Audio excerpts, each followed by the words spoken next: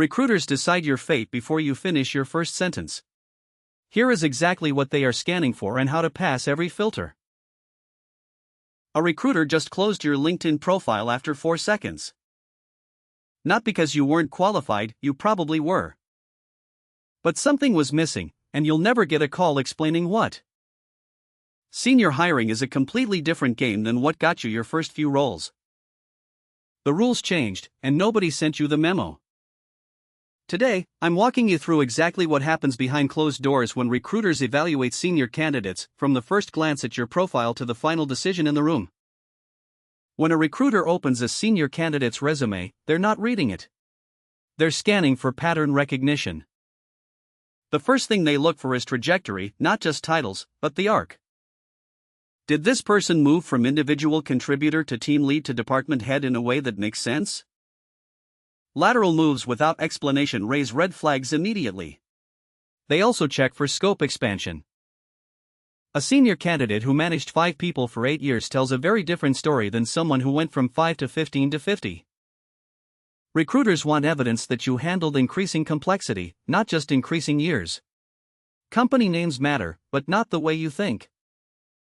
A recruiter at a Series B startup sees a 15-year Fortune 500 career and wonders if you can move fast enough. A corporate recruiter sees 3 startups in 4 years and worries about stability. Context shapes everything. And here's something most candidates overlook: your resume formatting signals your seniority. A 3-page resume packed with bullet points screams mid-level. Senior resumes are clean, focused, and tell a strategic story in under 2 pages. The phone screen for a senior role isn't really about your skills. Recruiters already assume you can do the job technically. What they're actually testing is communication maturity. Can you explain what you did without drowning in details? Senior candidates who spend 10 minutes describing a single project without landing a clear outcome fail this test constantly. Recruiters listen for ownership language. There's a massive difference between "we launched the product" and "I built the business case, secured the budget, and led a cross-functional team of 12 to deliver it." The first sounds like you were in the room. The second sounds like you ran the room. They're also screening for self-awareness. When a recruiter asks why you left your last role, they're not looking for a perfect answer. They're looking for honesty without bitterness. Saying "I outgrew the role and my manager acknowledged that" lands far better than blaming the company culture for 20 minutes. One thing that trips up experienced candidates: talking too much about the past and not enough about what's next. Recruiters want senior hires who are forward-looking, not people still reliving their greatest hits from 2019. By the time you're sitting in a face-to-face interview for a senior position, multiple people have already approved moving you forward. The interview panel isn't rechecking your qualifications.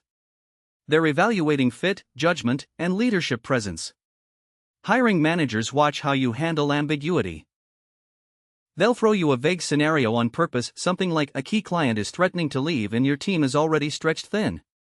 They don't want a textbook answer. They want to see how your brain works under pressure. Panel members pay attention to how you talk about people you've managed. Do you take credit for everything, or do you highlight how you developed your team? Senior leaders who can't articulate how they grew others almost never get the offer. Another thing interviewers quietly evaluate: do you ask better questions than you give answers? The best senior candidates flip the dynamic entirely. They ask about the company's real challenges, the team dynamics, the growth targets nobody put in the job posting.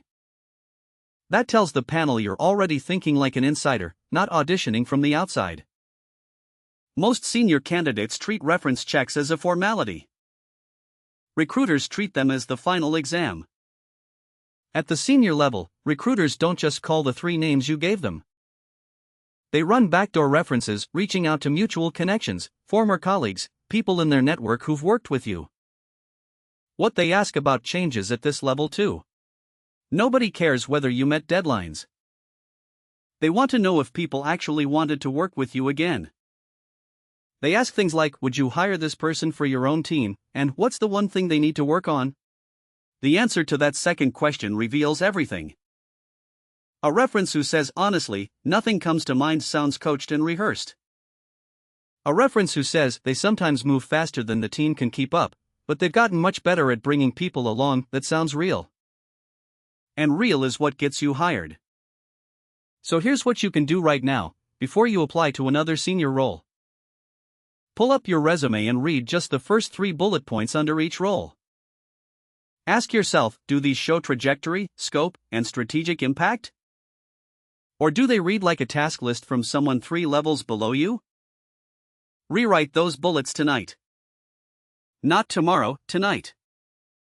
Because somewhere right now, a recruiter is scanning profiles just like yours. And you want to be the one who makes them stop scrolling. If this helped, subscribe for more honest career advice. I'll see you in the next one.